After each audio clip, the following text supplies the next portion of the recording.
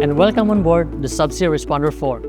When you first arrive to the vessel, you'll be expected to sign in at the gangway with a valid government-issued ID.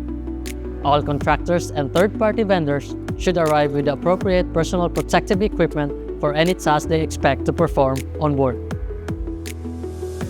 Once you've signed into the vessel, you'll be escorted to the bridge to complete sign-on formalities. Once the sign-on process is complete, you'll be briefed on the different types of alarms and any drills that will be conducted once the vessel is underway.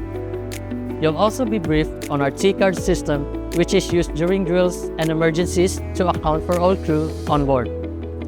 We'll review the bridge contact numbers for the intercom system and the fire manual call points, which are located on every deck of the vessel.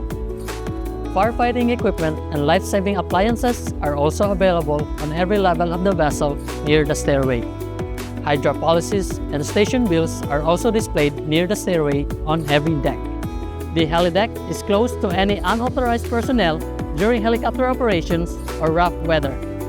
Other restricted areas are the spider deck, crane, and ROV control room. On the third deck, we have the upper management and client cabins, as well as the conference room. There are 4 points on the third deck where you can enter or exit the accommodations. On the second deck, we have the ROV control room, as well as the cabins for ROV crew, the bridge, and the engine officers. Outside any of the 4 exits on the second deck, we have the rescue boat, life raft, and the master station on the forward mooring station. During any drill or actual emergency, please remember that life vests are located inside your cabin as well as on the master station for those who are on shift. All mastering will be performed by the chief mate. On the first deck, we have the cabins for the project and marine crews. The hospital, laundry room, and gym are also located on the first deck. There are 2 entrances and exits located on the stern side. The designated smoking area is also located on the first deck, outside the accommodations on the port side. On the main deck, we have the mess hall with posted meal signs, the day room, and the heli lounge.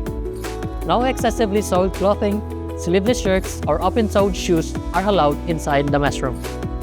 Shoe covers are required while wearing work boots inside the mess room and any other accommodation areas.